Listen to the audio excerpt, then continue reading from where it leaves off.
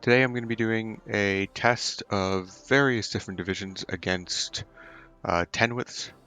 So actually let me show you the 10 widths side first. So 10 widths, we're currently just finishing training them up to regulars. These guys are going to be full support 10 widths.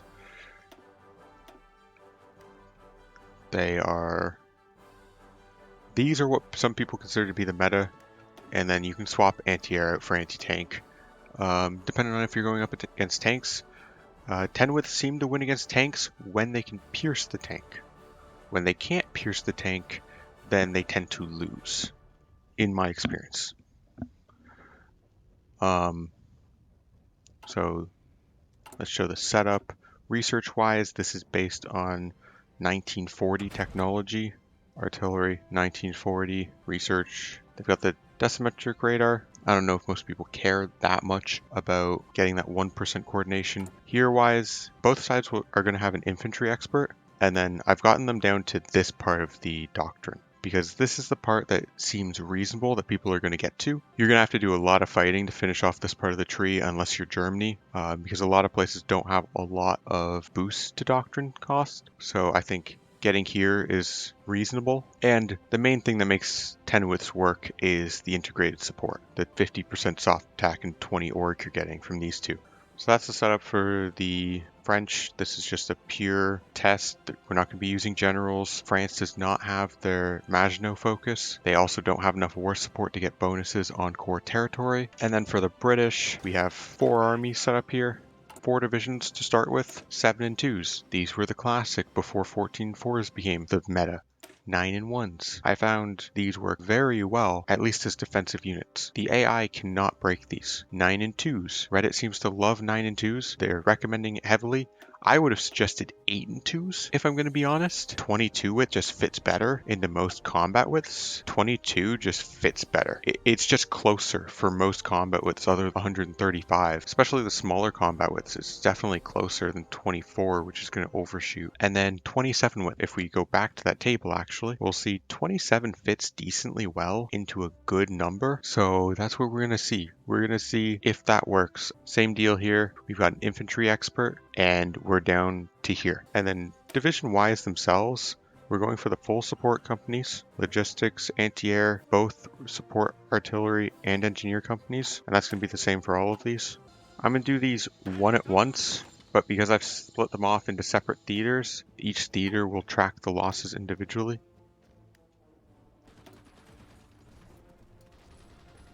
So this is the 9 and 3s. 9 and 3s lost handedly. They didn't suffer many losses, but neither did the 10 widths. Let's move on to the 9 and 2s now. This is going to be a small combat penalty on the 9 and 2s and a small attacking penalty on the 10 widths. The one division at the bottom has no impact on that.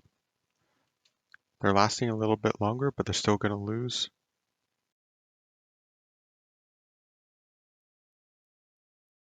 The equipment losses again are about triple.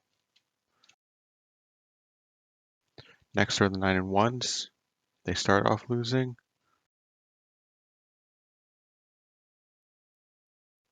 They're lasting a little bit longer, but none of the 10 widths are taking any org losses. Equipment wise, they took the highest losses and also caused the highest losses. And these are the old fashioned 7 and 2s.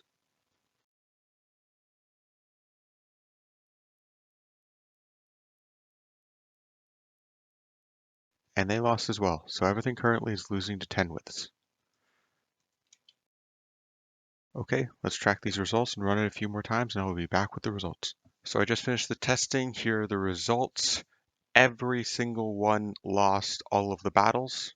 The 7-2s, they lost all the battles. They also lost the most amount of equipment when losing on average 528 IC. The 9 and 3s lost the least amount of IC and manpower. The next best was the 9 and 2s. The 9 and 1s lost the most manpower, but not quite the most IC. It's about the halfway point between the bottom two and 7 and 2s. So as you can see, all across the 10 withs win.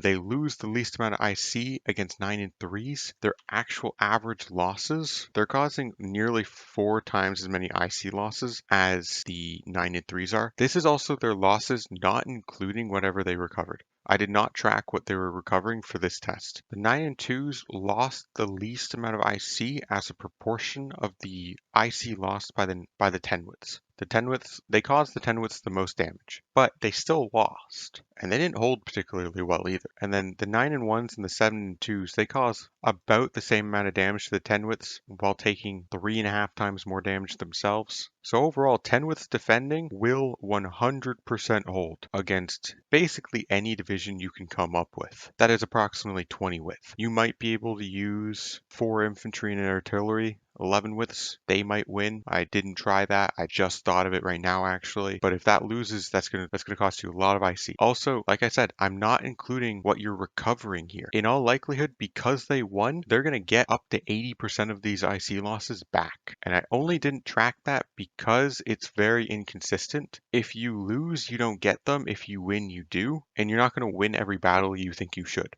So this is just what you will lose, not including recovery. In conclusion, 10 withs defending? Absolutely. There's a question of whether or not you can make this cheaper, maybe swap out the rocket artillery, save yourself that research, whether or not you can still hold. But with the full 10 withs, full support companies, they will defend against any infantry you can throw at them, basically. They defend against 6 withs, 7 and 2s, 9 and 1s, 9 and 2s, 9 and 3s. And the 9 and 3s, they were losing really fast too. So it's not like more artillery might be the solution. They were losing the fastest when it came to attacking 10 withs. So now let's move on to testing 10 withs attacking. Let's see how they do. Let's see if any of these divisions can hold them off. Let's do this first one at once. We will start with the 7 and 2s at the top here.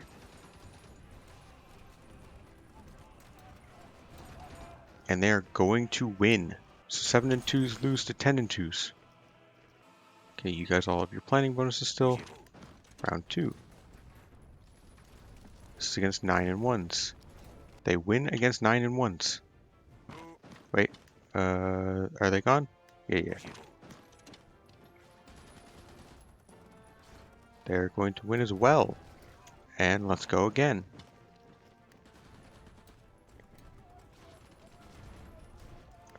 Ten Inf won all battles. So, that went poorly. They lost. The 7 and 2s also lost more equipment than the 10 withs. That wasn't true when the 10 withs were attacking the 20 withs. At least when the 20 withs were defending, they were trading better. They were losing, but they were trading better. The 7 2s are losing more IC and they're losing the battle. Okay, let's go to 9 and 1s. 9 and 1s was an expensive battle. They lost less IC, substantially less. Let's see how 9 and 2s went. Ooh, that looks like a decent trade. The trade was pretty even, slightly favoring the 9 and 2s, but the 9 and 2s lost. Okay, now versus 9 and 3s, how'd you guys do? Looks like you did really well. That's the best so far, by far. Equipment losses for the enemy, 16, 37, 2, 7, and 4. Meanwhile, you did in fact win, and you only took 630 casualties doing it.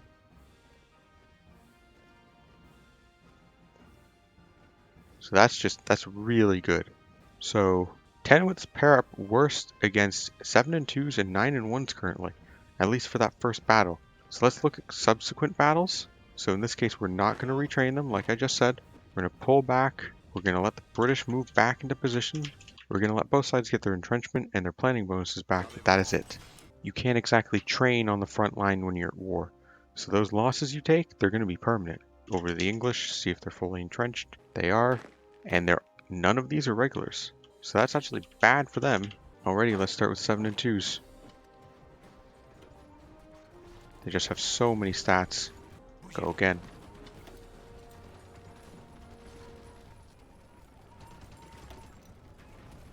Taking a lot of casualties here, but they are going to win. Let's go for round 3. They just took nothing there. Let's go for again. 10 with still won all subsequent battles. But again, their losses went up substantially. When they lose that regular status, when they lose that level 3 training, their losses go up quite a bit. And they are going to lose that. So I think it is important to note that you're only going to be regulars for the first battle. First 2-3 battles at best. We can do both sides at the same time. We just want to make sure they're not retreating into each other. Okay. It's these two in the middle we can't do at the same time because this guy tends to retreat this way, which will get in the way of the combat. Oh! It loses. Without planning bonus, they lose. So that's 9 and 1s. 9 and 1s still held. 9 and 2s don't look like they're going to hold though. So in the long run, 9 and 1s will hold. 9 and 1s are the only ones that manage to hold, even without the planning bonus. And I think that is important to note. 9 and 1s were the ones that looked like they were going to do the worst. They did not do well in that first round. But it's important to take them outside of ideal situations. The whole point of these is that you can just keep pushing. So their losses are about the same across the board, and 10-withs, they were trading poorly even with just no retraining. And I think that's important to note because you're going to take losses over the course of the war. You're going to. There's no way to avoid it. And if your divisions can't hold up over multiple combats, then they're not worth anything. They need to be able to sustain victories. But again, we're looking at significantly higher losses if you're losing that planning bonus. Very poorly when they lost. And they lost nearly 10k manpower. I'm going to redo the 9 and 1s, same situation, just to make sure it wasn't a fluke. Okay, now we're just going to go. We're going to go move the 9 and 1s. Make sure they didn't have an entrenchment bonus. Just let them walk for a couple hours, that'll get rid of it. These guys don't have planning bonuses either. Let's see how this goes. Particularly interested in the 9 and 1s. Okay, so they lost. The 9 and 2 still lost. I was testing again because last time it was close. Let's just make sure they didn't retreat the wrong way. They did not. These guys, they might hold though. Yep. The 10-withs run out of org against 9 and 1s. How bad was that though? That is actually really bad. So 9 and 1s over time will wear down 10-withs. The rest don't. Well, the rest cause them to take higher losses over time. They still lose, even without the planning bonus. But the 9 and 1s, they win. That went poorly. Let's slide these guys over a little bit. Just so I can make another row here. That didn't work. Whatever. This is test 7. Okay, so they lost approximately the same equipment, support, artillery, trucks, lost more of that, and rocket artillery. So the losses are approximately the same. So yeah, in the long run, they will lose a little bit more. And then let's copy this one over as well. Without, these guys didn't have entrenchment bonus in the second run, so 4, 6, 5. So apparently that's the solution. 9 and 1s are going to be the counter long term to 10-withs. 7 and 2s don't win. 9 and 2s don't win. 9 and 3s don't win. And I did the testing yesterday. 20-withs with full support also don't win. 10-withs beat them all. 10-withs also beat 9 and 1s when they're fully trained and when they have full planning bonus. But when you don't retrain them and don't give them their planning bonus, they lose.